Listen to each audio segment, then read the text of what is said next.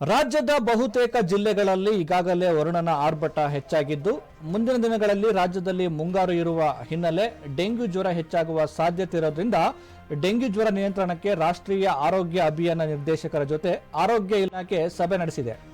ಪಾಲಿಕೆ ವ್ಯಾಪ್ತಿಯಲ್ಲಿ ನಿಧಾನವಾಗಿ ಡೆಂಗ್ಯೂ ಪ್ರಕರಣ ಹೆಚ್ಚಾಗ್ತಿದೆ. ಕಳೆದ ವರ್ಷಕ್ಕಿಂತ ಈ ಬಾರಿ ಡೆಂಗ್ಯೂ ಜ್ವರ ಹೆಚ್ಚಾಗಬಹುದು.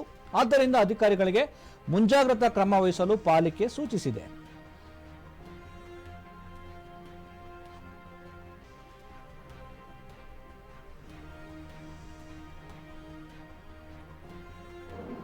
ನಮಗೆ ಸೊಳ್ಳೆ ಡೆಂಗು ಈಗ ಏನಾಗ್ತದೆ, ಫಸ್ಟ್ ರೌಂಡ್ ಆಫ್ ಮಳೆಯಲ್ಲಿ ನಮಗೆ ಸೊಳ್ಳೆಗಳು ಜಾಸ್ತಿ ಹುಟ್ಟುತ್ತವೆ.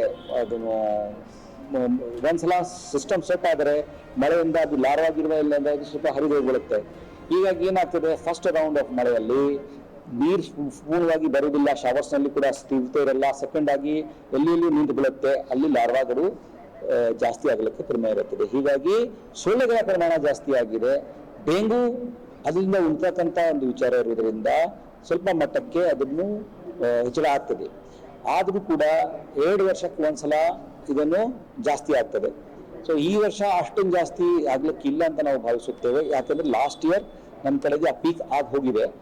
ಆದರೂ ಸಹ ನಾವು ಎಚ್ಚರಿಕೆಯಿಂದ ಇರಬೇಕಾಗಿರುತ್ತದೆ. ನಮ್ದು ಲಾರ್ವಾ ಕಂಟ್ರೋಲ್ಗಾಗಿ, ಸ್ಪ್ರೇಯಿಂಗ್ ಆಗಿ ಮತ್ತು ಸ್ಯಾಂಪಲ್ ಕಲೆಕ್ಷನ್ ಕೆಲಸ ಇನ್ನೂ ತೀವ್ರವಾಗಿ ನಡೀತಾ ಇದೆ.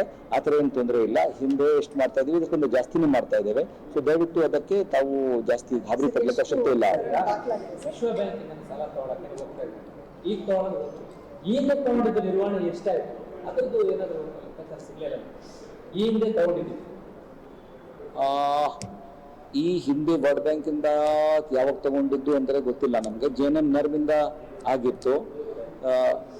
ನಾವು ವರ್ಲ್ಡ್ ಬ್ಯಾಂಕಿಂದ ಸಾಲ ಪಡಿತಕ್ಕಂಥ ನನಗೆ ಫಸ್ಟ್ ಪ್ರಮೇಯ ಕಾಣ್ತಾ ಇದೆ. ಸೊ ಏಷ್ಯನ್ ಜಾಯ್ಕಾ ಇಂದ ಪಡೆದಿರ್ಬೋದು ಹಿಂದೆ. ಇದಕ್ಕಾಗಿ ವರ್ಲ್ಡ್ ಬ್ಯಾಂಕ್ ಜೊತೆಗೆ 14ನೇ ತಾರೀಕು ಮಾರ್ಚ್ಗೆ ಅಪ್ರೂವಲ್ ಆಗಿ ಬಂದಿದೆ. ಗೌರ್ಮೆಂಟ್ ಆಫ್ ಇಂಡಿಯಾದಿಂದ DA ಇಂದ ಬಂದಿತ್ತು. Before election was announced. ಆ DA ಆದಮೇಲೆ ವರ್ಲ್ಡ್ ಬ್ಯಾಂಕ್ ಅವರು ನಮ್ಮ ಜೊತೆಗೆ ಮಾತುಕತೆ ನಡೆಸಿ ಸ್ಕೋಪ್ ಆಫ್ ವರ್ಕ್ನಲ್ಲಿ ಕೆಲವು ಐಟಮ್ಸ್ ಏನು ತಗೊಳ್ಬೇಕಾ, ಹೆಚ್ಚುವರಿಯಾಗಿ ತಗೊಳ್ಬೇಕಾ ಇತ್ಯಾದಿ ಚರ್ಚೆ ಮಾಡ್ತಾ ಇರ್ತಾರೆ. ಆಮೇಲೆ ಜೂನ್-ಜುಲೈ ಒಳಗಾಗಿ ಕಂಪ್ಲೀಟ್ ಆಗಿ ಪ್ರೋಸೆಸ್ ನೋಡೋಣ. ಜುಲೈವರೆಗೂ ಏನಾದರೂ ರಾಜ್ಯದಲ್ಲಿ ಡೆಂಗ್ಯೂ ಪ್ರಮಾಣ ಹೆಚ್ಚಾಗ್ತಿರೋದ್ರಿಂದ BBMP ಹೆಚ್ಚಿನ ನಿಗಾ ವಹಿಸಿದೆ.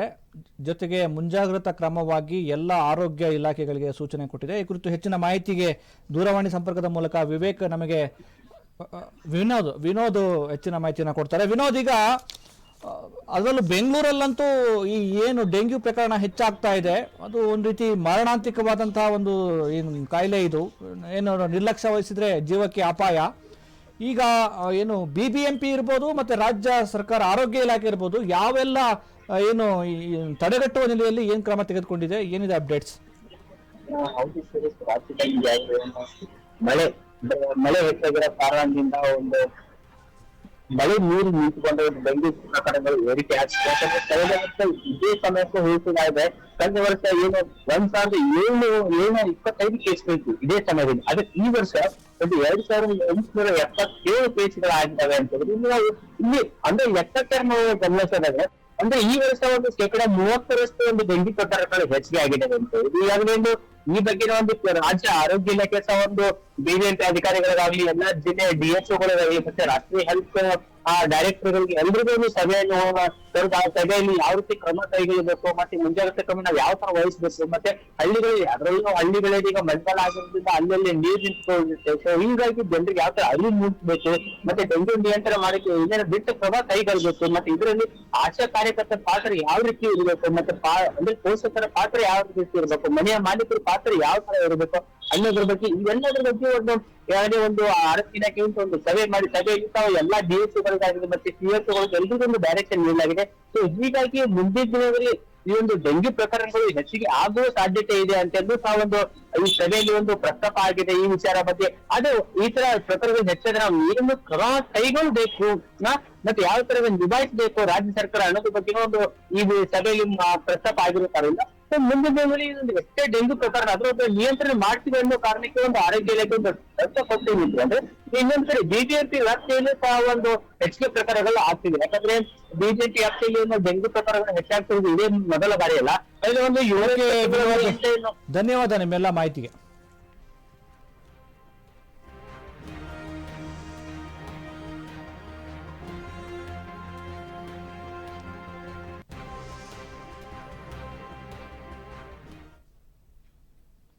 ಇದಿಷ್ಟು ಕ್ಷಣದ ಅಪ್ಡೇಟ್ಸ್. ಅಶ್ವವೇಗ ಸತ್ಯಾನ್ವೇಷಣೆಯ ಓಟದಲ್ಲಿ. ನಮಸ್ಕಾರ.